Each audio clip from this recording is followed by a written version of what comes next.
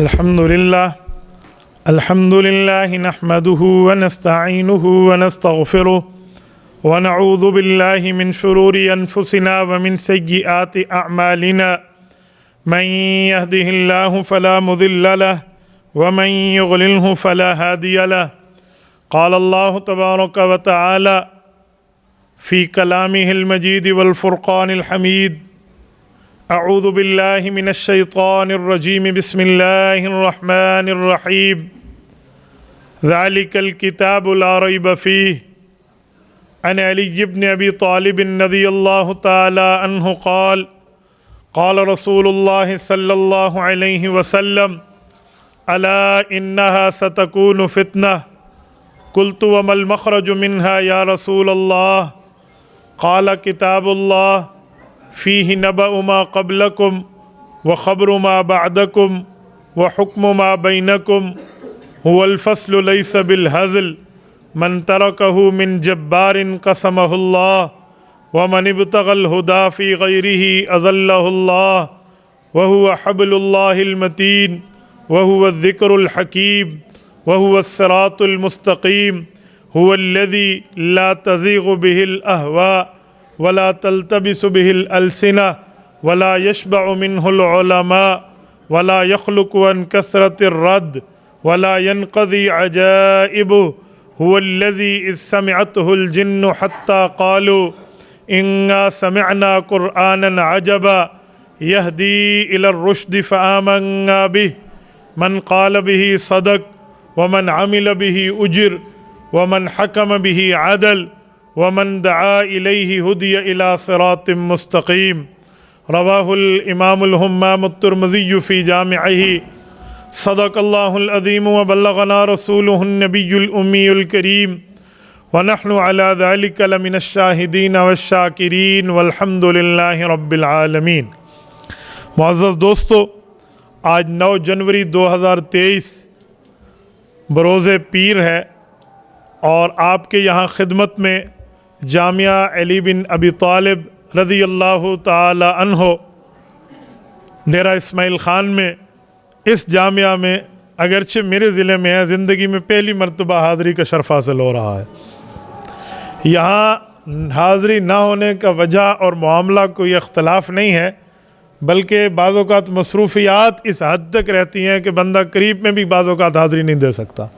میں ابھی یہاں کے ذمہ داروں سے کہہ رہا تھا کہ غالباً آج سے تقریباً 15 سے 18 سال پہلے جب یہ جامعہ بن رہا تھا تو اس وقت جب اس جامعہ کا پہلا بورڈ لکھا جا رہا تھا تو حافظ یوسف رحمانی صاحب، اللہ ان کو خوش رکھے، انہوں نے اپنے ہاتھ سے تحریر کیا تھا تو میں ان کے ساتھ ہی موجود تھا. لیکن اتفاق دیکھیں، زندگی میں حاضری اتنے سالوں کے بعد آج ہو رہی ہے. درس قرآن کریم کا عنوان ہے اور آپ کو اور مجھے حافظ سعید حسن نے مدعو کیا ہے. اللہ پاک اس کی عمر میں برکات عطا فرمائے. اتنی کم عمری میں ماشاء اللہ تعالیٰ اپنے والدین، اپنے اساتذہ، اپنے بزرگوں، اپنے پیشراؤں کی ایک دینی محنت کے بل بوتے پر آج وہ درجہ اہتمام میں ہے. یہاں کی نگرانی حضرت مولانا قاری عبدالرشید دامت برکاتہم، جو جامعۃ علوم الاسلامیہ علامہ بنوری ٹاؤن کراچی کے سابق استاذ ہیں، ان کی ذمہ داری ہے. اور اسی طرح حضرت مولانا قاری فاروق صاحب، باقی حضرت مولانا قاری عبداللطیف صاحب، جتنے ہمارے اکابر، اللہ پاک ان سب کو خوش و خرم رکھے. درس قرآن کریم میں بنیادی طور پہ ایک بات سمجھیں کہ قرآن کریم اللہ تعالیٰ کی وہ کتاب ہے جس نے آپ کو اور مجھے درس انقلاب دیا ہے. انقلاب کسے کہتے ہیں؟ انقلاب کا معنی ہوتا ہے پہلی حالت سے دوسری حالت پر تبدیل کر کے رکھ دینا. جب قرآن کریم نازل نہیں ہوا تھا تو اس وقت حالات کچھ اور تھے، اور جب کلام اللہ نازل ہوا پھر ان کے حالات بدل گئے. قرآن کریم کے نزول سے پہلے حالات کیا تھے؟ قرآن کریم نے اس کو خود بیان کیا ہے.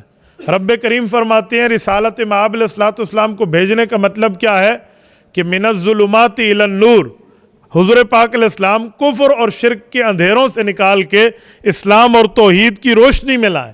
پتہ چلا رسالت مآب علیہ السلام سے پہلے اس شہر کے حالات کفر اور شرک کے اندھیروں میں ڈوبے ہوئے تھے، حالانکہ جہاں اللہ کا گھر ہو، بیت اللہ موجود ہو، وہاں پر کفر و شرک کے اندھیروں کا آ جانا یہ وہاں کے مقامی لوگوں کی غیر ذمہ دارانہ رویے کی بنیاد پہ تھا.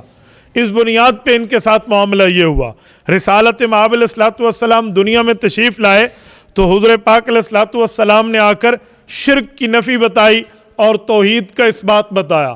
شرک کی نفی کر کے حضور اقدس صلی اللہ علیہ وآلہ وسلم نے امت کو توحید کی تعلیم دی ہے. قرآن کریم حضور پاک علیہ الصلوۃ والسلام پر اترتا رہا.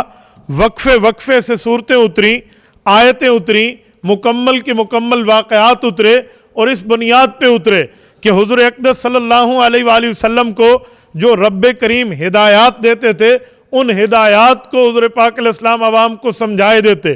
مثلا حدیث پاک میں ہے حضور پاک علیہ الصلوۃ والسلام فرماتے ہیں میرے اوپر قرآنی وحی جو اتری ہے وہ وقفے وقفے سے اتری ہے. آپ کہیں گے وقفے وقفے سے اترنے کا مطلب کیا تھا؟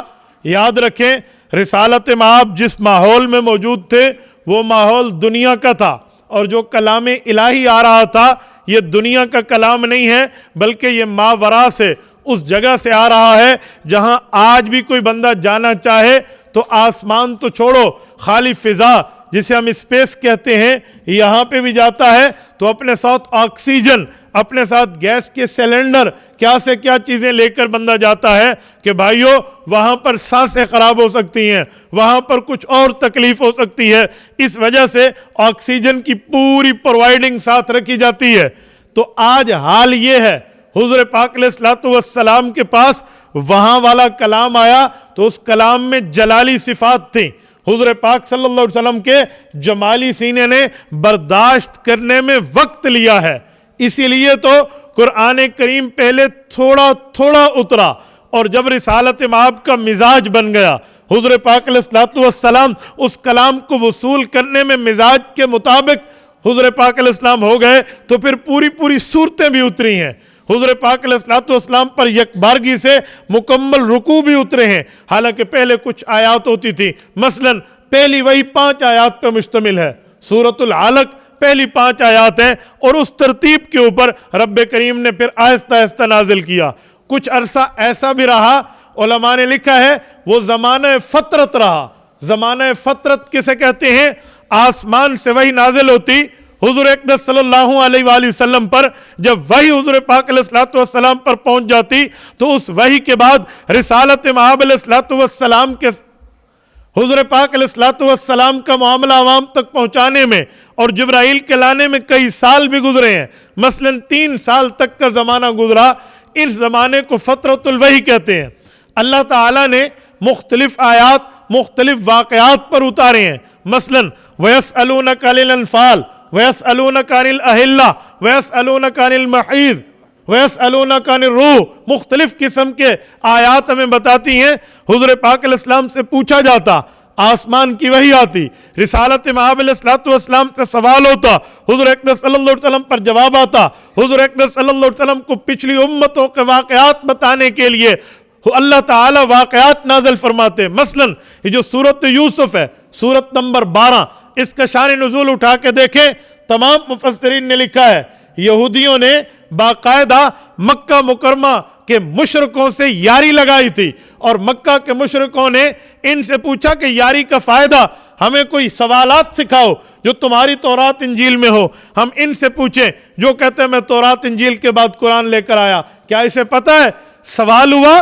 اللہ نے پوری سورۃ یوسف نازل کر دی اور بنی اسرائیل حضرت اسرائیل کی اولاد، اسرائیل حضرت یعقوب ہے، ان سے بنی اسرائیل چلے ہیں، مکمل کے مکمل واقعات پہنچ گئے. اس سے اندازہ لگائیں وہ جو پوچھتے تھے وہی آیات آ جاتی. تو مکہ کے مشرک حیران رہ گئے، یار کیا مطالعہ ہے، کیا دماغ ہے، کیا علم ہے، کیا صلاحیتیں ہیں. اچھا جو پوچھا جاتا ہے فوراً بتاتے. اس طرح کئی ایسی چیزیں ہیں، کئی ایسے مواقع ہیں جہاں پر مکہ کے لوگوں نے آزمائش کے طور پہ بھی حضور پاک علیہ السلام سے پوچھنا چاہا تو رب کریم نے وہی نازل فرما دیا جو حقیقت پہ مشتمل تھا. یہ وحی یوں اتری ہے. اچھا میں نے کہا درس انقلاب ہے قرآن کریم کو اترنا. پہلے کے حالات بالکل بدل کے رکھے ہیں. مثلا قبیلہ دوس کے ایک شخص ہے جن کا نام طفیل ہے، والد کا نام عامر ہے. یہ عامر کا بیٹا طفیل بہت بڑا بزنس مین تھا، مکہ مکرمہ میں اس کی آمد و رفت کاروبار کی بنیاد پہ ہوتی تھی. یہ اس زمانے کے ایک کاروباری شخصیت گنے جاتے تھے. لوگوں کو ادھار پہ مال دیا, نقد میں دیا, پھر ان سے وصولیاں کی, کھاتا جات کے معاملات پورے کیے. تو یہ جب مکہ میں آئے تھے, علماء سیر ہمیں بتاتے ہیں کہ ابو جہل نے رات کو سوتے وقت ان کے کانوں میں روئی کے پھمبے ٹھوسنے کے لیے دیے کہ کانوں میں رکھ لے. طفیل نے کہا کیوں؟ انہوں نے کہا بس تیری حفاظت ہوگی. تو اس نے کہا پہلے تو کبھی نہیں دیے, اب مجھے کانوں میں روئی ٹھوسنے کے لیے دیتا ہے. انہوں نے کہا جی ہمارے مکہ میں ایک شخص ہے جس کو ہم جادوگر کہتے ہیں, نعوذ باللہ, لساحر کذاب کے الفاظ ان لوگوں نے استعمال کیے تھے. تو یہ وہ بندہ ہے, وہ جادو پڑھتا ہے, اس کی کلام میں لوگ اثر لے لیتے ہیں, تو اسے کانوں میں ٹھونس دے تاکہ تیرے اوپر کوئی اثر نہ آئے. تو کہتے ہیں طفیل نے لے کر کانوں میں روئی رکھی, لیکن فوراً ہی سوچنے لگا کہ طفیل تو عمر کا بیٹا, تیرے باپ کا ایک نام, قبیلہ دوس کا آدمی, تو بادشاہوں کے درباروں میں جا کر اپنی قوم کی طرف سے متکلم ہوتا ہے, اسپوکن پرسن ہوتا ہے, ترجمان ہوتا ہے, عقل مند, ذہین, شاعر, اور تو اس طرح کانوں میں روئی رکھ کے بیٹھ جائے گا. یار اس بندے کی بات سن لے, بری ہوگی تو چھوڑ دینا, اچھی ہوگی تو قبول کرنے میں کیا حرج ہے. تو انہیں کانوں سے روئی نکالی. میں کہتا ہوں نکالی نہیں, اللہ کی طرف سے ہدایت کے راستے کھلے تو نکلوائی گئی, انہیں نکال دیا. وہ زمانہ یہ تو نہیں تھا کہ آج کل شور شرابے کا زمانہ ہو, اس زمانے میں تو شور شرابہ ایجاد ہی نہیں تھا. تو رات کو رسالت مآب کی تلاوت کی آواز ان کے کانوں میں آئی تو باہر نکل کے اس آواز کی اتباع کرتے کرتے حضور پاک کے پیچھے مسجد حرم میں پہنچ گئے, اور رسالت مآب علیہ السلام سے گفتگو بھی ہے. اللہ کے رسول سے پوچھا آپ کی دعوت کیا؟ حضور نے دعوت دی. آپ کے معاملے کیا ہیں؟ یہ معاملے. آپ کس سے پڑھے ہیں؟ میرا اللہ استاد ہے, دنیا میں کس سے نہیں. تعارف ہوا, پوری بات ہوئی, تو انہیں اسی موقع پہ کلمہ پڑھ لیا تھا. میں نے کہا نا یہ ہے انقلاب, یعنی جیسے وحی اترتی گئی معاملات صاف ہوتے گئے, پچھلے معاملے بدلتے گئے. تو مکہ کے مشرکوں نے کئی موقعوں پہ اس طرح ٹیسٹ کیا ہے کہ یہ معاملہ کیسے ہے, سچ ہے یا نہیں ہے. ایک موقع اور آپ کی خدمت میں عرض کرتا ہوں. ابو جہل اینڈ کمپنی نے رسالت مآب علیہ الصلوۃ والسلام کے پاس سے تنگ ہو کر کہ یار ہمارے بتوں کی مخالفت ہو رہی ہے, کیا کریں؟ مشورہ کیا کہ یار اس جادو کا کوئی تریاک ڈھونڈو, اس جادو کا کوئی اتارا ڈھونڈو, اس جادو کا کوئی علاج ڈھونڈو. وہ جادو سمجھتے تھے وہی کو. تو بڑے بڑے جادوگروں نے بتایا کہ اگر وہ جادوگر ہے تو ہم جادوگروں کا ایک اصول ہے کہ ہمارے ہاں لمیٹیشن ہے, کسی چیز کی محدودیت ہوتی ہے کہ ہمارا جادو زمین پہ چلتا ہے, زمین کے اوپر کے معاملات پہ نہیں چلتا. تو اس نے کہا ہم سمجھے نہیں ہیں, اوپر کسی کا گھر ہے. مکہ کے لوگ کیا مانتے تھے؟ انہوں نے کہا اوپر کے چاند ہیں, ستارے ہیں, سورج ہے, اس پر کوئی حرکت کر کے دکھا دے تو وہ خدائی معاملہ ہوتا ہے. کوئی حرکت کرے سورج کسی کے کہنے پہ, چاند حرکت کرے ادھر ادھر, تو یا تو اللہ کا حکم ہے یا اللہ کے رسول کا حکم ہے. اگر یہ رسول ہوگا تو اس سے اس طرح کی بات کر لو. تو ان لوگوں نے آپس میں طے کیا کہ ٹھیک ہے بھائی آؤ آج سر دا لگاتے ہیں. حضور پاک علیہ السلام کو آ کر کہا یہ چاند کو 2 ٹکڑے کر دیں. حضور پاک علیہ السلام نے اللہ سے دعا کی. قرآن کریم سورت قمر مکمل اتری ہے, لیکن پہلی آیت میں پورا واقعہ چھپا ہوا ہے. اقتربت الساعۃ وانشق القمر. رب نے فرمایا قیامت قریب آ گئی ہے, ڈرو. وہ دیکھو چاند تو ٹکڑے ہو گیا. حضور پاک نے انگلی اٹھائی تھی, چاند 2 ٹکڑوں میں بدل گیا تھا. اچھا آپ کو پتہ ہے جو چاند 2 ٹکڑوں میں بدلا ہے اس میں بھی 3 چیزیں ہیں. حجت اللہ فی الارض, رئیس المناظرین مولانا محمد امین صفدر اکاڑوی, اللہ اس کی قبر پہ کروڑ ارب رحمت نازل فرمائے. حضرت اکاڑوی رحمۃ اللہ علیہ فرماتے ہیں کہ جب ہم سے یہ یہود اور نصارہ کے جو لوگ ہیں جو حضرت موسیٰ علیہ السلام حضرت عیسیٰ کو مانتے ہیں, جب ہم سے بات کرتے ہیں کہ تم نبی پاک کو نبی مانتے ہو, وہ یہودی نصائی کہتے ہیں, نصارہ کہتے ہیں ہم تو نہیں مانتے, تو ہم سے دلیل مانگتے ہیں نا, تو کہتے ہیں ہم بہت اچھی دلیل انہیں دیتے ہیں, بہت اچھا سمجھانے کی ترتیب دیتے ہیں کہ تمہارے لوگوں کے سوالات تھے, مکہ کے لوگ آئے تھے حضور پاک کے پاس اور چاند 2 ٹکڑے ہوا, تو سمجھانے کے لیے 3 باتیں فرماتے تھے. کہتے ہیں بتاؤ موسیٰ علیہ السلام نبی ہیں, ان کا معجزہ تو سب سے بڑا معجزہ تو یہی بتاتے کہ دریا 2 ٹکڑے ہوا حضرت موسیٰ کی وجہ سے. اچھا 2 ٹکڑے بھی نہیں ہے, 12 ٹکڑے ہوئے دریا. 12 کیوں 12؟ اس لیے کہ 12 قومیں تھی, ہر قوم ہر ٹکڑے سے گزری تھی. تو جب یہ یہاں سے گزر رہے تھے تو 12 راستے حضرت موسیٰ علیہ السلام کے لیے بنے. تو کہتے ہیں حضرت موسیٰ علیہ السلام کے ایک ڈنڈے کی برکت تھی, تو تو حضرت اکاڑوی کہتے ہیں ہم نے بھی 3 باتیں کی جی. پہلی بات ہے حضرت موسیٰ زمین پہ تھے یا آسمان پہ تھے؟ کہتے ہیں کیا مطلب؟ زمین پہ تھے. تو کہا اچھا. دوسری بات حضرت موسیٰ علیہ السلام کے سامنے جو دریا تھا وہ زمین پہ تھا یا آسمان پہ تھا؟ جی زمین پہ تھا. تو کہا ڈنڈا دریا کو لگا تھا؟ کہا جی ہاں. فضرب بعصاک الحجر، ڈنڈا تو لگا ہے. تو کہا اچھا اسے نبی مانتے ہو جو خود بھی زمین پہ، دریا بھی زمین پہ، ڈنڈا بھی جا کے ٹچ ہو جائے. حضور پاک علیہ السلام کو دیکھو، حضور زمین پہ، چاند آسمان پہ، اور انگلی چاند کو لگی بھی نہیں ہے اور چاند 2 ٹکڑے ہو گیا. تو وہ ان سے بڑھ کے نبی ہیں. اس طرح رسالت امام علیہ السلام کی شان نبوت پہ کئی دلائل پیش کیے جا سکتے ہیں. تو وہ پوچھتے اور یہاں سے عمل ہو جاتا. تو یہ کلام الہی کا شان تھی، کلام الہی کا اعجاز ہے اور کلام الہی کا معجزہ ہے. میرے دوستو قرآن کریم اترا تو قرآن کریم نے چیلنج دیا کہ فَأْتُوا بِسُورَةٍ مِّن مِثْلِهِ، اس جیسی صورت لا کر دکھاؤ جیسا کلام الہی ہے. عرب کے لوگ تھے، عربی بولتے تھے، سنتے تھے، سمجھتے تھے، عربی میں بڑے بڑے قصیدے پڑھتے تھے. لیکن مکہ کے عرب شعراء بھی قرآن کے مقابلے میں کلام بنانے سے عاجز آ گئے. ابو جہل نے 2 4 5 شاعروں کے پاؤں پکڑے، انہیں پیسے ویسے دیے اس زمانے کے. کہا جی ہمارے ساتھ کوئی ہیلپنگ ہینڈ بنو، کوئی کلام بنا دو جو ہم اس کے مقابلے میں پیش کریں. تو انہوں نے کوئی 3 4 اوٹ پٹانگ کر کے نا، او جے کو آدن بکریاں دے کن بھیڑاں کو، دے بھیڑاں دے کن بکریاں کو، اس طرح الٹا کام کر کے ابو جہل کو بھی ایک آیت اپنی طرف سے بنا کے دے دی. تو ابو جہل آ گیا جی آیت میں بھی بنا لایا ہوں، جی سنائیں. کہ جی الفیل و ملفیل وما ادراک ملفیل لہو ذنب طویل و خرطوم کثیر، لہو ذنب کثیر و خرطوم طویل. یہ لفظ بنائے کہ ہاتھی، واہ بڑا پیارا ہاتھی، اس کی سونڈ بڑی لمبی اور اس کی دم بڑی چھوٹی ہے. تو لوگوں نے کہا اے القاریۃ ملقاریہ وما ادراک ملقاریہ کی نقل اتاری ہے، الحاقۃ ملحاقہ وما ادراک ملحاقہ کی نقل اتاری ہے، اور یہاں سے لفظ چوری کر کے چوری اور سینہ زوری. تو ابو جہل نے کوئی پیش ویش نہیں کیا تھا، اس آیت کو اپنے گھر میں کسی صندوقچی کے اندر دبا دیا کہ تو بےزتی ہو جانی ہے لوگوں پہ چمک ہاں گھت نہیں ابھی تک یہ لب بھی ہے دنیا دے. تو آج تک دنیا میں کوئی اس جیسا کلام نہیں بنا سکے. یہ کلام الہی کا اعجاز ہے. اور میرے دوستو اس سے بڑھ کے بات، جن بچوں کو ابھی قرآن کریم کے پڑھنے کے صدقے انعامات سے نوازا گیا ہے، ان بچوں کو دیکھ لو. یہ یا پشتون لوگ ہیں، پشتو آتی ہے، یا سریکی ہیں، سریکی بولتے ہیں، ٹھیک ہے، یا اردو والے ہیں. ان کی زبان عربی نہیں ہے، نہ ان کی اماں کی زبان عربی ہے، نہ ان کے ابا کی زبان عربی، لیکن کلام الہی پڑھ رہے ہیں، کلام الہی پڑھ رہے ہیں. ہمارے ساتھ حضرت قاری حاجی محمد صاحب بیٹھے ہیں.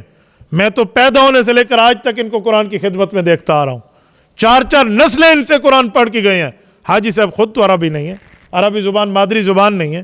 ہمارے باقی قراء بیٹھے ہیں، ان کی کوئی زبان عربی نہیں ہے. تو کلام الہی کا کتنا بڑا معجزہ ہے کہ اپنی زبان نہیں ہے پھر بھی ایسے پڑھتے ہیں جیسے عرب پڑھتے ہیں. کوئی نہ زبر کا فرق ہے، نہ زیر کا فرق ہے، نہ پیش کا فرق ہے، نہ مد کا فرق ہے، نہ غنے کا فرق ہے، نہ اخفاء کا فرق ہے. کوئی فرق نظر نہیں آئے. ایسے کلام اللہ پڑھا جا رہا ہے. یہ کلام اللہ کا زندہ معجزہ ہے، ایسا معجزہ جو تا قیامت رہے گا. اور میرے دوستو جب کلام الہی رسول پاک علیہ السلام پر نازل ہوتا، حضور پاک علیہ السلام اس کو اپنے اندر وصول فرماتے سینے مبارک میں، اور اس کے بعد صحابہ کرام کو حکم ہوتا کہ اس کو یاد کرو اور لکھ لو. تو پتہ ہے کیسے لکھا جاتا؟ چمڑوں پہ. کیسے لکھا جاتا؟ پتھروں پہ. کیسے لکھا جاتا؟ اس زمانے کے پتوں پہ.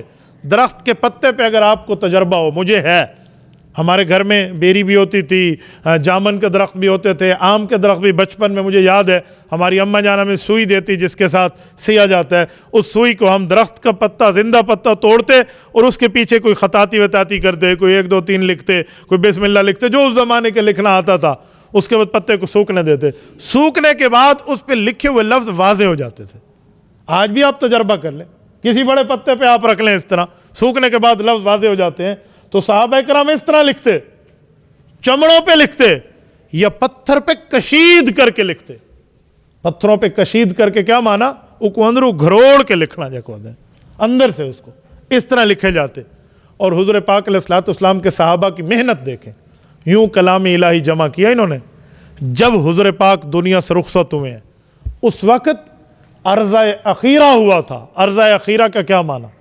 جبرائیل امین آئے رمضان المبارک میں، جو رسول اللہ کے دنیاوی زندگی کا آخری رمضان المبارک تھا. جبرائیل امین آئے, جبرائیل نے بھی پڑھا, حضور نے بھی پڑھا, یعنی سنایا گیا, دہرایا گیا, ریوائزنگ ہوئی. اور عرضہ اخیرہ میں منسوخ آیات ایک طرف ہو گئی, ناسخ کو رکھ دیا گیا. عرضہ اخیرہ والی آیات آج آپ کے اور میرے پاس 2 گتوں کے درمیان موجود ہیں.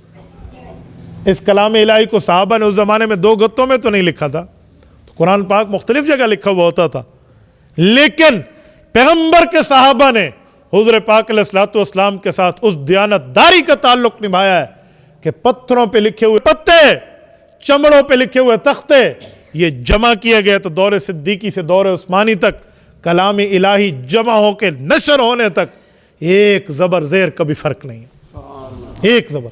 ایسی دیانتداری ہے. اور میں آپ کو ایک جملہ بتاؤں کہ صحابہ کرام کے اس جمع کرنے میں کیا کیا ترتیبیں ہوئی تھی. 2 باتیں ذہن میں رکھنا, سنیں. پہلی بات, رسول اللہ صلی اللہ علیہ وآلہ وسلم کے صحابہ نے اس کلام الہی کو جمع کیا, لکھا. سنیں, میں جملہ کہنے لگا ہوں. ایک ہوتا ہے بولنا, ایک ہوتا ہے پڑھنا, ایک ہوتا ہے لکھنا. ان میں فرق ہے. جو ہے بولنا اس کو کلام کہتے ہیں, جو ہے پڑھنا اسے قرات کہتے ہیں, جو ہے لکھنا اسے کتابت کہتے ہیں. اللہ نے جب یہ قرآن کریم کی قسم کھائی کہ یہ قرآن غلط نہیں ہے, اس میں شک نہ کرو, تو کیا لفظ بولا جو میں نے خطبے میں پڑھا ہے, ذالک الکتاب لا ریب فیہ. توجہ رکھنا, قرآن کے لکھے ہوئے میں شک نہیں ہے. کتاب لکھے ہو کو کہتے ہیں. سوال اٹھتا ہے, ذالک الکلام لا ریب فیہ کیوں نہیں فرمایا اللہ نے؟ کلام مانا بولنا ہے. جب اللہ نے اس کو پڑھا یہ کلام بنا, تو اللہ یوں فرماتے ذالک الکلام لا ریب فیہ. یوں تو نہیں ہے. جب حضور نے پڑھا تو قرآن بنا, تو ذالک القرآن لا ریب فیہ کیوں نہیں فرمایا کہ حضور کے پڑھنے میں شک نہیں ہے؟ کیا فرمایا؟ ذالک الکتاب لا ریب فیہ. وجہ, رب کریم نے صحابہ کرام کی عدالت بیان کی ہے, ان کی رسول اللہ کے ساتھ دیانت کے تعلق کو بیان کیا ہے کہ اللہ کے بولنے میں تو شک ہے ہی نہیں, حضور کے پڑھنے میں تو شک ہے ہی نہیں. رب وہ ہے لا یضل ربی ولا ینسا. سورۃ نمبر 20 سورۃ طٰہٰ, موسیٰ علیہ السلام نے اللہ کا تعارف کراتے ہوئے فرمایا میرا رب وہ ہے لا یضل ربی ولا ینسا, نہ میرا اللہ بھولتا ہے نہ اس سے غلطی ہوتی ہے. تو اللہ کے پڑھنے بولنے میں تو شک نہیں ہے. حضور پاک علیہ السلام معصوم ہے, اور معصوم وہ ہوتا ہے جس سے رب گناہ ہونے نہیں دیتا. سورۃ نمبر 12 سورۃ یوسف, رب کریم نے فرمایا وَكَذَلِكَ لِنَصْرِفَ عَنْهُ السُّوءَ وَالْفَحْشَاءَ. نبی کے قریب گناہ نہیں جاتا. سورۃ الفتح آیت نمبر 2 لِيَغْفِرَ لَكَ اللَّهُ مَا تَقَدَّمَ مِنْ ذَنبِكَ وَمَا تَأَخَّرَ. نبی کے گناہ نہیں ہے, جسے سمجھتے ہو تو اگلے پچھلے معاف ہیں. تو اسی لیے حضور پاک کے پڑھنے میں شک نہیں ہے. تو نہ ذالک الکلام لا ریب فیہ, نہ ذالک القرآن لا ریب فیہ. صحابہ کرام نبی تو نہیں ہے نا, اس امت کے اولیاء کے امام محفوظ ہیں. غلطی تو ہو سکتی ہے کیونکہ نبی نہیں ہے, ممکن ہے غلطی ہو سکتی ہے. تو کوئی کہہ سکتا تھا کہ نبوت نے تو اس قرآن کو جمع نہیں کیا جس سے غلطی نہیں ہوتی, اسے جمع تو امت نے کیا ہے, صحابہ نے کیا ہے, تو غلطی تو ہو سکتی ہے. ان کے لکھنے میں ہو سکتا ہے لفظ یعلمون کو تعلمون لکھ دیا ہو سکتا ہے انہوں نے تشکرون کو یشکرون لکھ دیا ہو, تشعرون کو یشعرون لکھ دیا ہو سکتا ہے غلطی ہو گئی ہو, یا کوئی خناس دماغ کا بندہ کہہ دے صحابہ کرام نے قرآن بدل دیا ہو, تو یہ کہہ سکتے تھے. تو اللہ نے اس جیسے غلط نظریے پر رد کرتے ہوئے فرمایا ذالک الکتاب لا ریب فیہ. جیسے میرے بولنے میں ویسے حضور کے پڑھنے میں شک نہیں ہے, تو صحابہ کے لکھنے میں بھی شک نہیں ہے. الکلام نہیں, القرآن نہیں ہے, الکتاب. ذالک الکتاب لا ریب فیہ, ان کے لکھنے میں شک نہیں. پہلی بات, اس کلام اللہ کو لکھا گیا اس پر. دوسری بات, قرآن کریم جب جمع ہو رہا تھا, پتھر کو لایا گیا, پتوں کو لایا گیا, چمڑوں کو لایا گیا, سوال اٹھتا ہے ذہن میں, ہو سکتا ہے کسی نے اپنے طور پہ پتھر پہ کشید کیا اور دے دیا, چمڑے پہ لکھا اور دے دیا, پتے پہ لکھا اور دے دیا, ہو سکتا ہے. پیغمبر کے صحابہ نے گویا اپنے عمل سے بتایا قرآن لاوارث نہیں ہے. انہوں نے شرائط رکھی, 2 شرطیں اتنی مضبوط, میں کہتا ہوں کوئی ہمالیہ اتنا مضبوط نہیں ہے, اتنی مضبوط شرطیں صحابہ نے رکھی, تب کلام جمع ہوا. پہلی شرط فرمایا ہر وہ آیت قرآنی آیت شمار ہوگی جب اس کے پاس لکھی ہوئی ہو تو اس کے پاس 2 گواہ موجود ہوں کہ حضور پر اتری تھی، یہ 2 گواہ ہیں اس پر، 2 گواہوں کی گواہی. اور اس زمانے میں گواہی صحابہ کی، کیونکہ حضور کے سامنے بیٹھا صحابی ہوگا، غیر صحابی کی گواہی نہیں چاہیے، امت کا اعلیٰ طبقہ گواہ. دوسری شرط کہ حضور پاک سے جن صحابہ نے حفظ قرآن کیا ہے، حضرت ابی بن کعب، حضرت زید بن ثابت، حضرت عبداللہ ابن مسعود، حضرت ابو بکر، عمر، عثمان، علی رضی اللہ عنہ جیسے اجلہ شخصیات جنہوں نے ڈائریکٹ حضور پاک علیہ السلام سے حفظ کیا ہے، ان کو یاد بھی ہو تب اس قرآن کا حصہ بنائیں گے. کتنی بڑی شرطیں. پہلی یہ کہ 2 گواہ ہوں، دوسری کہ ان حفاظ کرام کو یاد ہو، یہ ویریفیکیشن کریں گے، اس کے بعد ویریفائیڈ آیت یہاں لکھی جائے گی. الحمد کی الف سے والناس کی سین تک ان شرطوں پر قرآن کریم کو لکھا گیا. 2 آیات ایسی ہیں جن میں ایک شرط پوری تھی، ایک پوری نہیں تھی. صرف 2 آیت، پورے قرآن کریم کی صرف 2 آیت. ایک سورت نمبر 9 سورت توبہ، بالکل آخری آیت، فَإِن تَوَلَّوْا فَقُلْ حَسْبِيَ اللَّهُ. اور دوسری سورت نمبر 33 سورت احزاب آیت نمبر 21، مِنَ الْمُؤْمِنِينَ رِجَالٌ صَدَقُوا مَا عَاهَدُوا اللَّهَ عَلَيْهِ فَمِنْهُمْ مَنْ قَضَى نَحْبَهُ وَمِنْهُمْ مَنْ يَنْتَظِرُ وَمَا بَدَّلُوا تَبْدِيلًا. یہ 2 آیات. اس پر ایک شرط پوری تھی کہ سب ان حفاظ کو یاد تھا جنہوں نے حضور پاک علیہ السلام سے حفظ کیا تھا، لیکن 2 گواہوں والی شرط نہیں تھی. اور جو لائے اس صحابی کا نام ہے حضرت خزیمہ بن ثابت الانصاری رضی اللہ عنہ. وہ لائے. اور جب یہ آیات آئی تو حضرت زید بن ثابت رضی اللہ تعالیٰ عنہ کی سربراہی میں کمیٹی موجود تھی جو ہر آیت پر ویریفائیڈ کر رہی تھی. اسی پر بھی وہی اعتراض لگا، بھئی ہاں سب حفاظ کو یاد ہے کہ جی یاد ہے کہ ایک شرط پوری کا، دوسرا گواہ تیرے علاوہ. حضرت خزیمہ کی آنکھوں میں آنسو ہیں کہ جس وقت میں نے اس کو لکھا ہے اکیلا میں تھا یا اللہ کے رسول تھے، امت میں میرے پاس دوسرا بندہ نہیں تھا، میں جھوٹی گواہی کہاں سے لاؤں. اس موقع پہ سوچنا چاہیے جھوٹی گواہی دینے، جھوٹی گواہی بولنے، جھوٹی گواہی لکھنے والوں کو. آج کل ہمارے عدالتی نظام میں جھوٹے گواہ اتنے مل جاتے ہیں جتنے پتھر کے نیچے کیڑے نہیں پڑے ہوتے. جھوٹی گواہی دینے کے لیے 4 پیسے دے دو اور جھوٹی گواہی لے لو.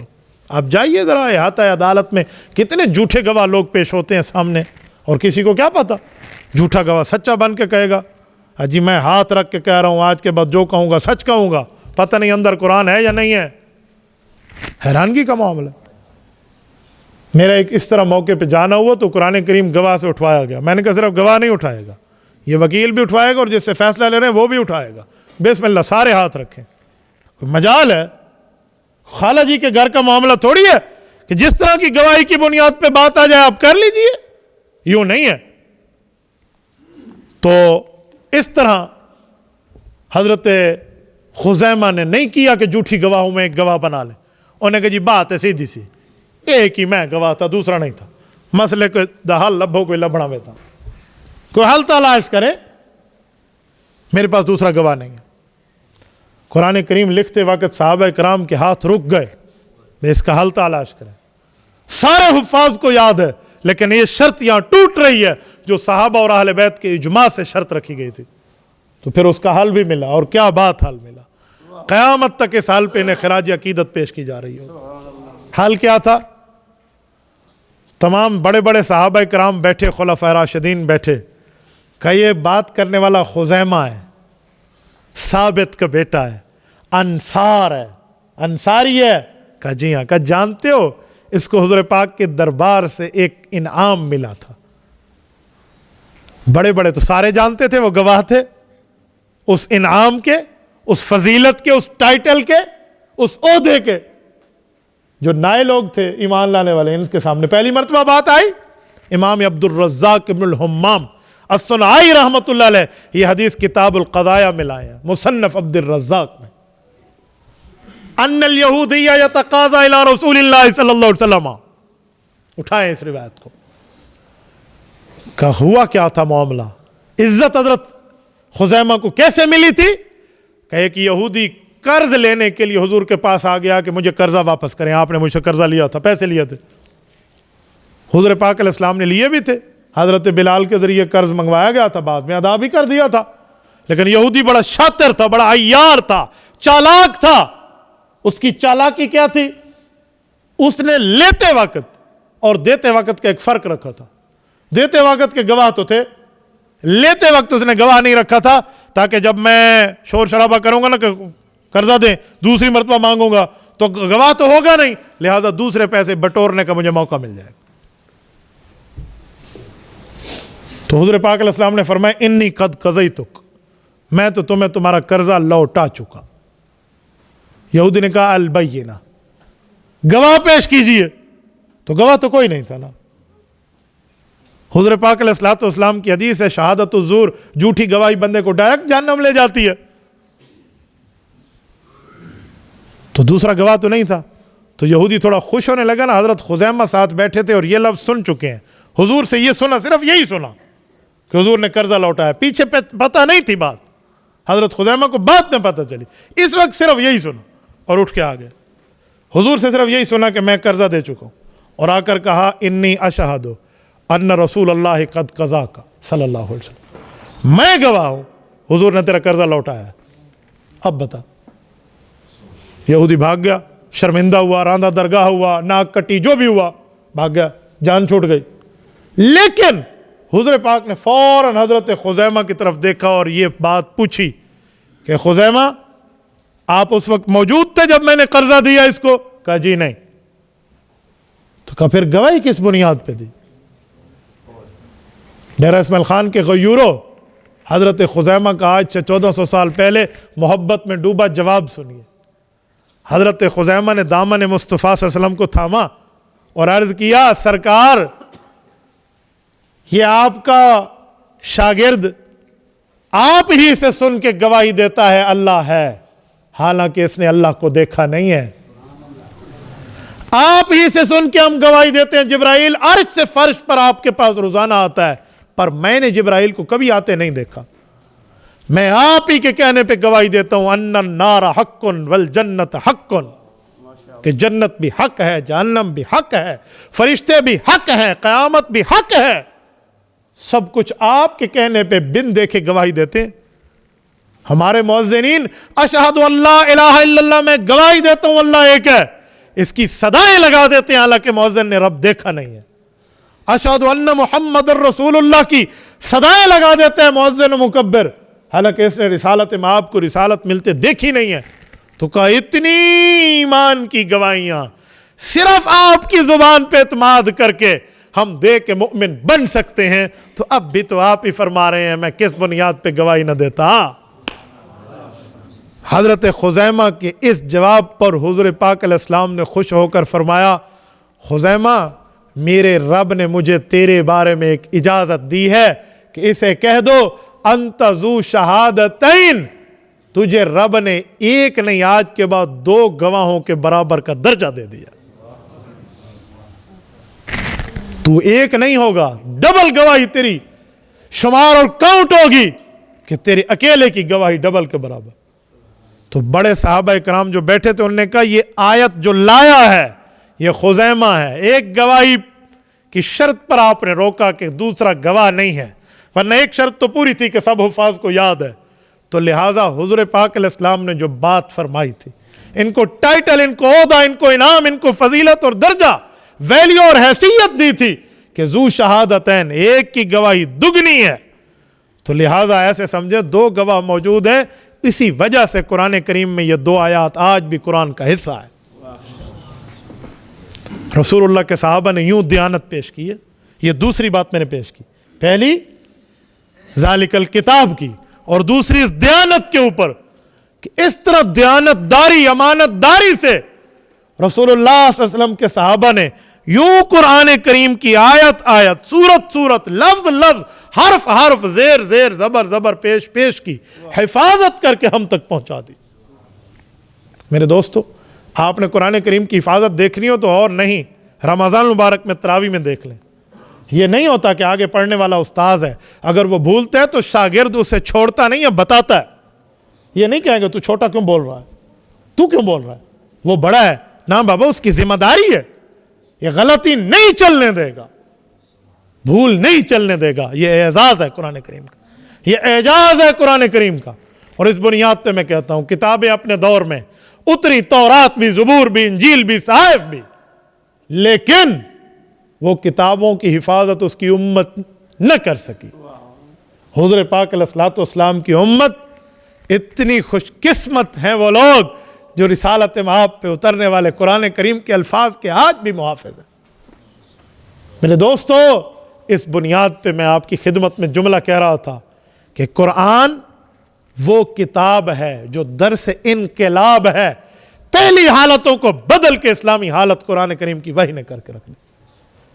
یہ وہ لوگ تھے دیانت داری میں جو اسلام سے پہلے ذاتی لڑائیاں لڑتے تھے. اسلام سے پہلے ایک کا گھوڑا دوسرے کے گھوڑے کے آگے بڑھ گیا تو نسلوں تک جنگ چل گئی. یہ جو سورت نمبر 3 سورت آل عمران آیت نمبر 106 یوم تبیض وجوہ وتسود وجوہ، اس کا رکوع دیکھیں. واعتصموا بحبل اللہ جميعا ولا تفرقوا واذکروا نعمت اللہ علیکم اذ کنتم اعداء فالف بین قلوبکم فاصبحتم بنعمتہ اخوانا. یہ آیات دیکھیں نا، اس آیات کا شان نزول اور نہیں تو اردو کی مشہور تفسیر عثمانی کو دیکھ لیں. زبدۃ المفسرین، بانی ملک پاکستان علامہ شبیر احمد عثمانی رحمہ اللہ، انہوں نے اس کی تفسیر میں جو احادیث لکھی ہیں، وَاعْتَصِمُوا بِحَبْلِ اللَّهِ جَمِيعًا، اللہ کی رسی کو مضبوطی سے تھامو، اس کے تحت جو تفسیر لکھی آپ اس کو دیکھ لینا. یہ اردو زبان میں آپ کی دسترس میں آپ سمجھ لینا علماء سے. وہ فرماتے ہیں جنگ بعاث ہوئی تھی. جنگ بعاث کیا تھی؟ 120 سال تک یہ جنگ چلی ہے. 120 سال، 1 صدی اور 20 سال اوپر. اندازہ لگائیں. اور اس جنگ کی نسلوں میں 5 نسلیں لوگوں کی کام آئی ہیں، 5 نسلیں ذبح ہوئی ہیں. یہ جنگ کس بنیاد پہ تھی؟ وجہ کیا تھی؟ وجہ ایک چھوٹی سی بات ہے، صرف اتنی سی بات ہے کہ شہد والا شہد بیچ رہا تھا اور شہد گری چھوٹی سی نیچے تو بلی اس شہد کو چاٹنے کے لیے آگے ہوئی. شہد، ماکھی، گبین، ہاں، تو یہ گری اور اس کو چاٹنے کے لیے آگے ہوئی. تو بلی چاٹنے لگی تو کتے نے بلی کو پکڑ لیا، بلی مر گئی اور بلی والے نے اٹھا کر کتے کو مار دیا کہ میری بلی اس نے کیوں ماری؟ تو بلی کو کتے نے مارا تو بلی کے مالک نے کتے کو مارا تو کتے کے مالک نے بلی کے مارنے والے کو مار دیا اور بلی کے مالک کو مار دیا. یہ جنگ شروع ہوئی اور نسل در نسل، نسل در نسل، نسل در نسل چلی. 120 سال جنگ بعاث. ٹھیک ہے. اور جب حضور پاک علیہ السلام آئے تو رسول اللہ صلی اللہ علیہ وسلم کے صحابہ کرام حضور پاک کے ہاتھ میں ہاتھ دے کر مشرف با اسلام ہو کر ایمان کی خوشگوار وادیوں میں پہنچے. تو ایک یہودی تھا، نابینا تھا، قیس ابن شماس، اندھا یہودی. اس کو جب پتا چلا کہ اوس اور خزرج کے نوجوان صحابہ بھی ایک ہو گئے، یہ تو لڑنے والی قوم تھی، ان کی تو نسل در نسل جنگ چلی ہے، تو وہ ایک چوک اور چوراہے میں ٹھہر کے نوجوان صحابہ کو اپنے طرف متوجہ کر کہتے ہوئے، تو اس اوس کے قبیلے والے کا دوست بن گیا، اوے اوسی تو اس خزرج کے قبیلے والے کا یار بن گیا اس ایک محمد الرسول اللہ صلی اللہ علیہ وسلم کے کہنے پر. اور تیرے دادے کو اس نے، تیرے پر دادے کو اس نے، تیرے لکڑ دادے کو اس نے قتل کیا. اس بڈھے نے یہ باتیں شروع کر دی. یہودی نے قریب تھا کہ تلواریں نیام سے نکل پڑتی اور جنگ ہو جاتی. اسی جنگ کے شرارے بھڑکانے کی کوشش کی جو پہلے 120 سال والی حضور پاک نے ختم کرا دی تھی. تو جبرائیل امین آئے اور حضور پاک کو اطلاع دی کہ آپ کے مخلصین کے اندر یہ یہودی تفرقے کی بنیاد ڈال رہا ہے. حضور پاک علیہ الصلوۃ والسلام پہنچے اور قریب تھا کہ جنگ ہوتی. جب حضور پاک کو صحابہ نے دیکھا تو بالکل غصہ جاتا رہا اور حضور پاک علیہ الصلوۃ والسلام نے فرمایا کنت بین اظہرکم، میں تم میں موجود ہوں اور تم جاہلیت کی لڑائیاں لڑو گے. حضور پاک علیہ السلام کے اس کہنے پہ صحابہ کے دل ٹھیک ہوئے تو قرآن نے آیت اتاری، وَاعْتَصِمُوا بِحَبْلِ اللَّهِ جَمِيعًا وَلَا تَفَرَّقُوا، اے لوگو اللہ کی رسی یعنی قرآن کریم کو مضبوط پکڑ لو۔ اجماع امت کے فیصلے تک مراد ہے۔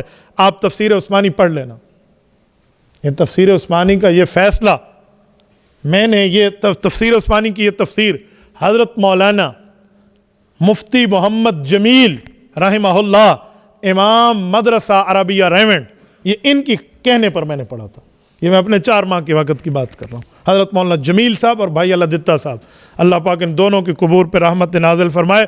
ہمارے تبلیغ میں چلنے والے حضرات بھائی اللہ دتہ کو بھی جانتے ہیں کہ رب کریم نے اس کو کیا ذوق عطا فرمایا تھا گفتگو کا، جس کو میں دوسرے لفظوں میں کہوں کہ گناہگار بندہ اس کی مجلس واعظ میں بیٹھے اور توبہ کیے بغیر نہ اٹھے ہو نہیں سکتا، ایسی زبان رب نے اس کو عطا فرمائی تھی۔ میں نے ان کی کئی محافل اٹینڈ کی ہیں، جس کو پرانے زمانے میں بیت الغافلین کہتے تھے، اس کے ایریا میں ایک ہی بیان پورے دن میں انہی کا ہوتا تھا۔ میں نے کئی مرتبہ اس بیت الذاکرین کے حصے میں بیٹھ کے ان کی گفتگویں سنی ہیں، اللہ ان کی قبر پہ کروڑ اور برحمت نازل فرمائے۔ ان کے کہنے پہ جب میں نے پڑھا نا تو انہوں نے اس وقت میں وَلَا تَفَرَّقُوا کا مطلب سمجھایا کہ منع کیا ہے، قرآن سنت اور اجماع امت کے فیصلے کو چھوڑ کے ہٹنا، یہ فرقہ واریت ہے، یہ ہے وَلَا تَفَرَّقُوا۔ تو رب نے فرمایا وَاذْكُرُوا نِعْمَةَ اللَّهِ عَلَيْكُمْ، اللہ کے اس نعمت کو یاد کرو، اِذْ كُنْتُمْ أَعْدَاءً، تم اور تمہارے پچھلے آباء و اجداد ایک دوسرے کے دشمن تھے، فَأَلَّفَ بَيْنَ قُلُوبِكُمْ فَأَصْبَحْتُمْ بِنِعْمَتِهِ إِخْوَانًا، رسول اللہ کی آمد پہ رب نے تمہیں ایک کر دیا اور تم لوگ راتوں رات صبح اٹھے تو ایسے اٹھے جیسے بھائی بھائی بن چکے ہو۔ یہ چیز قرآن کریم کے اترنے پہ ملی۔ میں نے کہا کہ قرآن وہ کتاب ہے جو درس انقلاب ہے، اس نے یوں انقلاب دیا کہ سال ہا سال کی جاہلیت کی لڑائی اور جنگ کی بیش کنی کر کے رکھ دیا۔ ایسے یہ وہ لوگ ہیں جو یوں لڑنے والے تھے، کیا اس تمام بدعنوانیوں کو چھوڑ کے پیغمبر کے صحابہ نے دیانت اور امانت میں ایک مثال نہیں قائم کر دی؟ ایسے لوگ جو صرف اسی بات پہ ان کے بڑے لڑتے تھے کہ یہ کتے کو کیوں مارا اور بلی کو کیوں مارا اور اس نے شہد کیوں چاٹا، یہ ان کی اولادوں کو رب کریم نے وہ مقامات اور رتبات اور درجات عطا فرمائے کہ جن کو قرآن کہیں کہتا ہے اولئک هم المفلحون، یہی کامیاب ہے، کہیں کہتے ہیں اولئک هم الفائزون، یہی لوگ کامیابی پانے والے ہیں، اولئک هم الراشدون، یہی ہدایت یافتہ لوگ ہیں، اولئک هم الصادقون، سچائی انہی میں بند ہے، اولئک هم الصدیقون، صداقت اور صدیقیت کی صفات انہی لوگوں میں موجود ہیں، اولئک کتب فی قلوبہم الایمان، ان کے دلوں میں رب نے ایمان لکھ کے رکھ دیا ہے۔ آج کہتے ہو میرے افسر کی لکھ کوئی توڑ نہیں سکتا، یہاں رب کی لکھائی ہے، کتب فی قلوبہم الایمان، اور ان کی مدد وَأَيَّدَهُمْ بِرُوحٍ مِّنْ، قرآن کہتا ہے جبرائیل آتا تھا آسمان سے ان کے تعاون اور مدد کرنے کے لیے، اور پھر فرمایا اولئک هم المؤمنون حقا، حقیقی مومن ہے۔ اور اگلا جملہ سورۃ البینہ پارہ نمبر 30 فرمایا اولئک هم خیر البریہ، بریہ بر سے نکلا ہے، بر زمین کی خشکی والے حصے کو کہتے ہیں، فرمایا اولئک هم خیر البریہ، اس دھرتی پر جتنی خشکی ہے اگر اس میں کوئی خیر والی مخلوق ہے تو محمد صلی اللہ علیہ وسلم کے صحابہ ہیں، ان کی دیانت و امانت اتنی ہے، شرافت و صداقت اتنی ہے، ثقاہت و فقاہت اتنی ہے کہ رب کریم نے آسمان سے ان کو ٹائٹل عطا فرمایا، اتنی دیانت داری سے ان نے قرآن کریم آپ کو اور مجھے دیا۔ آج ہماری اولادیں پڑھ رہی ہیں، اولادوں کی اولادیں پڑھ رہی ہیں، اور نسل در نسل تک قرآن چلے گا۔ اور پھر مقام اور مرتبہ اس کلام کا، مسند احمد میں امام احمد ابن محمد ابن حنبل الشیبانی رحمہ اللہ المتوفی 241 ہجری، ایک حضرت علی المرتضی رضی اللہ تعالی عنہ المتوفی 40 ہجری، ان کی روایت لائے ہیں۔ سیدنا علی المرتضی فرماتے ہیں مجھے اللہ کے رسول صلی اللہ علیہ وسلم نے فرمایا من قرأ القرآن فاستظہر حلالہ وحرم حرامہ ادخلہ اللہ الجنہ وشفعہ من اہل بیتہ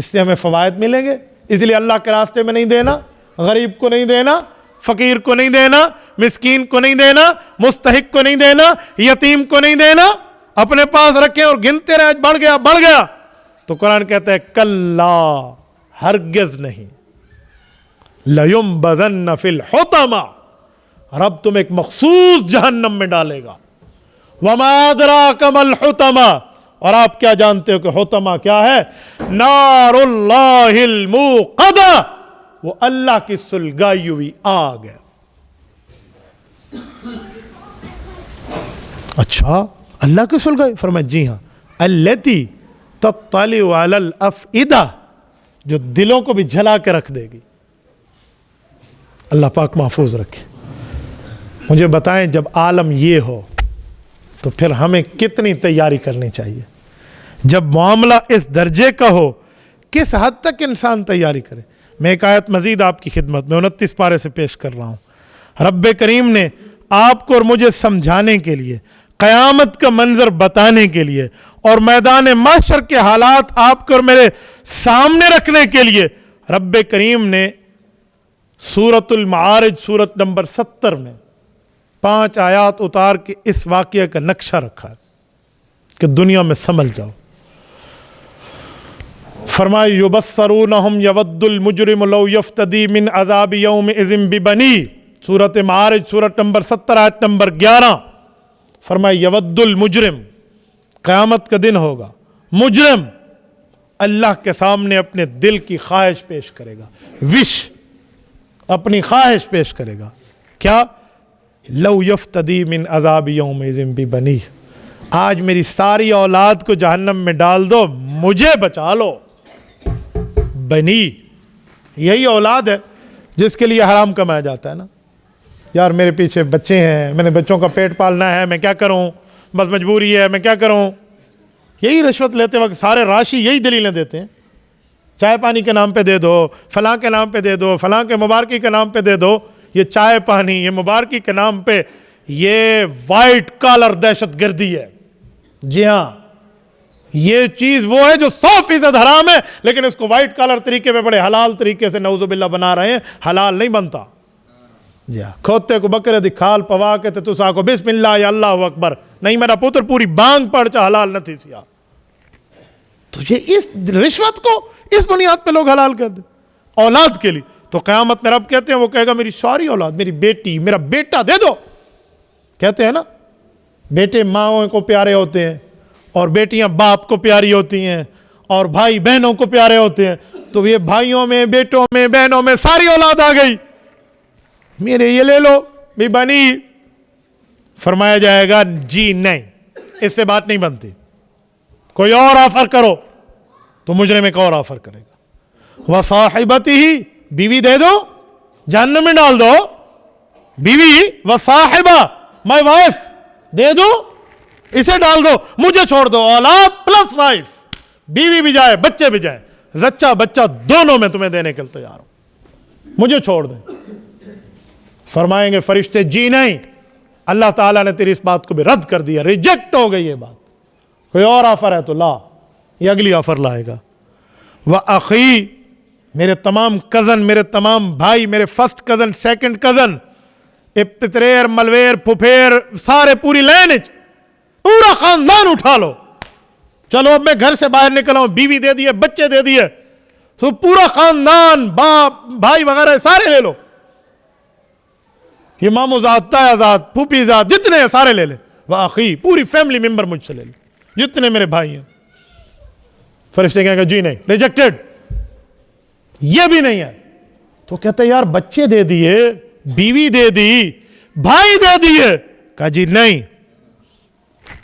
اگلا جملہ, سیکنڈ لاسٹ آفر, آخری سے پہلے والی, وہ کہے گا وَفَصِيلَتِهِ الَّتِي تُؤْوِي, الَّتِي تُؤْوِي, اللہ اکبر. اس عربی زبان میں جو چاشنی ہے نا, میرے پاس اردو کا دامن تنگ ہے کہ میں تؤوی کی وضاحت آپ کی خدمت میں کروں. فصیلہ تو قبیلے کو کہتے ہیں, پورا خاندان, پورا قبیلہ, جو اس کا خاندان ہے, جتنے فیملی ممبر ہیں وہ سارے لے لو. قرآن کہتے ہیں التی تؤوی, اس خاندان کو یہ ذبح کرنے پہ تیار ہے جو اس کو ٹھکانہ دیتے تھے. التی تؤوی کا دوسرا معنی میں آپ کو ڈیرے والی زبان میں سمجھانے کے لیے کروں، میرے خاندان دی تجدے میں بہم رہنا، یہ ہے التی تؤوی، جس کی بنیاد پر میرے پاؤں اٹھتے تھے، جس کی بنیاد پر میں لوگوں کے سامنے سینہ تان کے بات کرتا تھا، ہاں میں اس خاندان کا آدمی ہوں، ہاں میرے ساتھ یہ میرے بازو ہیں، ہاں میری یہ پاور ہے، میری یہ طاقت ہے، میں اپنی پاور شو کیا کرتا تھا، فصیلتی التی تؤوی، وہ پورے کا پورا خاندان لے لو، فرشتے کہیں گے جی نہیں، ریجیکٹڈ، یہ بھی نہیں مانا جائے گا، آخری آفر کرے گا وہ، لاسٹ آفر، کہے گا مجرم کہ میں عذاب سے بچوں، آخری آفر کون سی ہے؟ وَمَنْ فِي الْأَرْضِ جَمِيعًا ثُمَّ يُنْجِي، اللہ ان سب کو جو پوری زمین میں رہنے والے ہیں میری طرف سے بطور فدیہ لے لے، مجھے نجات دے دے، بچے، بیوی، کزن اور بھائی، خاندان، پوری زمین کے لوگ، 5 آفرز، ثم ينجی،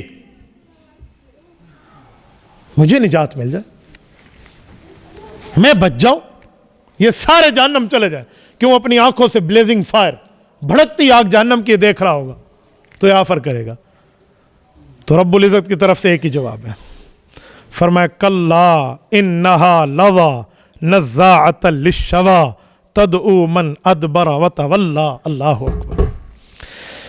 میں کیا آپ کو لمبی بات کروں، میں خلاصہ دے رہا ہوں، رب فرمائیں گے کلا، ہرگز نہیں ہو سکتا، یہ کلا کا معنی ہے کہ ہرگز نہیں ہو سکتا، یہ آخری بات ہے، بس جاؤ، اس کے بعد یہ بدل نہیں سکتا۔ یہ مجرم سے گفتگو میں لفظ کلا رب نے وہاں بھی بولا جو میں نے سورۃ الہمزہ پیش کی، کلا لیمبذن، یہاں بھی ہے کلا انہا لظا نزاعۃ للشوا، شوا پتہ ہے آپ کو کیا؟ فرمایا انہا لظا، یہ جہنم ہے، نزاعۃ للشوا، یہ چمڑا بھون کر یوں گوشت الگ کر دے گی، یہ ہے نزاعۃ للشوا۔ کیا مانا؟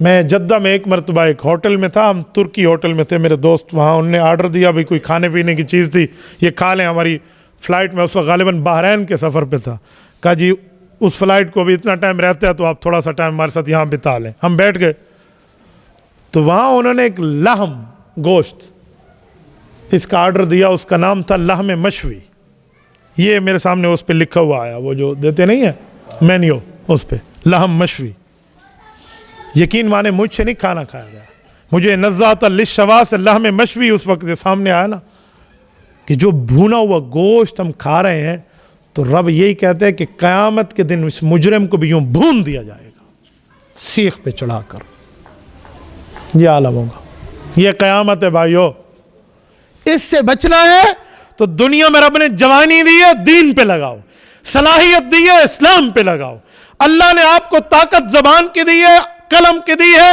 عقل کی دی ہے، مال کی دی ہے، جان کی دی ہے، جس چیز کی صلاحیتیں دی ہیں، آپ دین پہ، ایمان پہ، اسلام پہ، قرآن پہ، رسول اللہ کے احکام پہ لگاؤ، کل قیامت میں عزتوں کے تاج پہنا کر اٹھائے جاؤ گے۔ اس معاملے سے بچنا، تو اس کے لیے پھر سب سے بڑی بات ہے بندہ اپنی اولادوں کو پیش کرے۔ آپ اور ہم بیٹھے ہیں، آپ میری عمر کے برابر کے تقریباً جو بیٹھے ہیں، کم از کم وہ صاحب الاولاد تو ہے نا، تو بندہ طے کرے کہ اپنی اولادوں کو دین پڑھاؤں گا، شریعت پڑھاؤں گا، ایمان پڑھاؤں گا، قرآن پڑھاؤں گا۔ لاکھ کوئی علماء پہ بک بک کرتا پھرے، اجی مولوی کیا کرے گا؟ مولوی بہت کچھ کرے گا، مولوی نہ ہو، لوگوں میں اولاد ولد الزنا پیدا ہو، نکاح پڑھانے والا کوئی نہ ہو۔ آج حلالی کہلانے والوں، تمہاری حلال نسل اس بنیاد پہ ایک علماء نے نکاح پڑھایا۔ لوگ کہتے ہیں مولوی بنے گا، کیا کرے گا؟ ہم نے کل سب کو کرسی پہ رکھا ہے، آپ نے ہمیں کرسیوں پہ بٹھایا، کیوں؟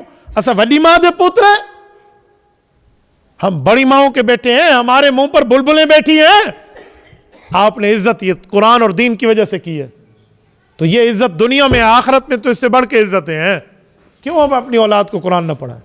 اجی مولوی بن جائے گا تو کیا کرے گا؟ مولوی بن جائے گا، لوگوں میں حرام نسل ختم کر کے حلال کا رواج ڈالے گا۔ ہاں بچہ پیدا ہوتا ہے، کان میں اذان لوگ نہیں دے سکتے، اجی کاری صاحب کو سڈو کان نج بانگتے لے ونجے، تو کاری کان میں اذان دینے کے لیے تمہارے پاس آیا، آج اسی کاری بنانے کے لیے بچے پہ بات ہے، تو بال کو حافظ کیوں بڑھاؤں؟ بچے کو کیوں بنائے؟ کس بنیاد پہ؟ تو کان میں اذان کے لیے مولوی آ رہا ہے. اچھا جب یہ بچہ بڑا ہوا ہے اور جوان ہوا ہے تو نکاح پڑھانے کے لیے عالم حافظ کو بلائیں گے, وہی آئے گا. اور جب بندہ فوت ہو جائے تو جنازہ ہے یا کہتری جی قوم کو پڑھویں دن جنازہ, یہ بھی عالم کو بلاؤ. تو تم پیدا ہو, تمہارا مولوی کے بغیر گزارا نہیں ہے. تم دنیا میں نکاح کرنے لگو نسل کی بڑھوتری کے لیے, علماء کے بغیر گزارا نہیں ہے. اور بندہ مر جائے تو مولوی کے بغیر گزارا نہیں ہے. میں آج آپ کو ایک حیران کن بات سناؤں. مجھ سے ڈیرہ اسماعیل خان کے ایک بہت بڑے مدرسے کے محتمم صاحب نے آج عصر میں رابطہ کیا. انہوں نے کہا جی مجھے ایک پروفیسر صاحب ملے اور وہ مجھ سے پوچھ رہے ہیں کہ مولویوں کو کس نے اتھارٹی دی ہے کہ فتوے یہ جاری کریں, یہ مفتی اور عالم فتویٰ کیوں جاری کرتے ہیں, ہم بھی تو اہل علم ہیں, ہم بھی کر سکتے ہیں. تو میں نے اس مولوی صاحب سے کہا, میں نے کہا حضرت اس کو دو باتیں ہیں, اگر ہے ذہن سمجھنے والا, سائلانہ ذہن ہے, اعتراضانہ نہیں ہے, تو سمجھائیں, بتائیں, سنائیں, یہ دلائل ہے اس بنیاد پہ. اور اگر سمجھنے والا نہیں ہے, معاند ہے, ضدی ہے, یہ پٹھی انگل پاسو گھیو کڈھانی سا کو ڈاڑا ستھرا آندا ہے, میں نے کہا پھر میں علاج جانتا ہوں. اور پھر میں اس سے کہوں گا اے تو کس چیز میں پروفیسر ہے, فلاں چیز, دفع ہو جا, اتر کرسی سے, میں اس کیمسٹری کا پروفیسر ہوں, میں پڑھاؤں گا. مجھے کیمسٹری نہیں آتی, میں پڑھاؤں گا.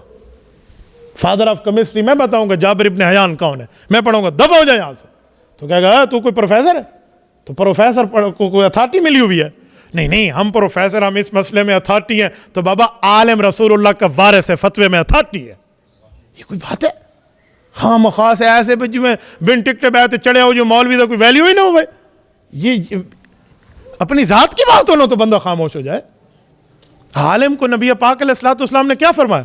فرمایا وَأَنَّ الْحَيْتَانَ فِي جَوْفِ الْمَاءِ, عالم کے لیے سمندر کی مچھلیاں دعائیں مغفرت کرتی ہیں. وَأَنَّ فَضْلَ الْعَالِمِ عَلَى الْعَابِدِ كَفَضْلِي عَلَى أَدْنَاكُمْ, حضور پاک علیہ السلام نے فرمایا عالم کی غیر عالم پر اتنی بڑی فضیلت ہے, فرمایا جیسے میری تم میں سے ایک ادنا امتی پر. رسالت میں آپ نے اپنے لیے فرمایا, تو کوئی ویلیو نہیں ہے. وَأَنَّ مَلَائِكَةَ الرَّحْمَانِ لَتَضَعُ أَجْنِحَتَهَا رِزْقًا لِطَالِبِ الْعِلْمِ, فرمایا طالب علم کے لیے اللہ کے فرشتے اپنے پروں کو بچھائے دیتے ہیں. ریڈ کارپٹ تمہارے لیے شاید کوئی اور بچھاتا ہوگا, اللہ کے فرشتے پر اس طالب علم کے لیے بچھاتے ہیں جو علم دین کے لیے چلے. علم کا ایک لفظ, ایک آیت تمہیں 100 رکعت نماز نفل سے زیادہ ثواب دے گی, اور ایک باب 1000 رکعت نماز نفل سے بڑھ کے تمہیں ثواب ملے گا. تو یہ تو علم کی بنیاد ہے. اور علماء کے لیے تم کہہ دو جی ان کی کیا ویلیو اور ان کو فتوے میں کس نے کہا ہے.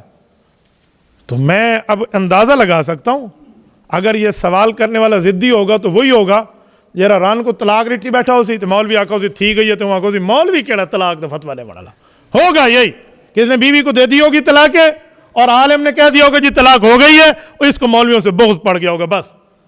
تو بھائیو تم اپنی بیوی کو لے کر جاؤ, اللہ نہ کرے اس کو کینسر ہو اور ڈاکٹر کہہ دیں جی کینسر ہے, تو تم ڈاکٹرز کے مخالف ہو جاؤ گے. عجیب بات ہے. مرض ڈاکٹر تو پیدا نہیں کرتا, مرض تو پیشنٹ میں خود موجود ہوتا ہے. ڈاکٹر تو اس کی تشخیص کرتا ہے, بتاتا ہے. ہم مسئلے بتانے والے ہیں, بنانے والے تو نہیں ہیں. عجیب دنیا, لوگ طلاقیں دے کے بیٹھ جاتے ہیں اور پھر ہمیں کہتے ہیں جی مولوی صاحب کوئی مسئلہ ہے.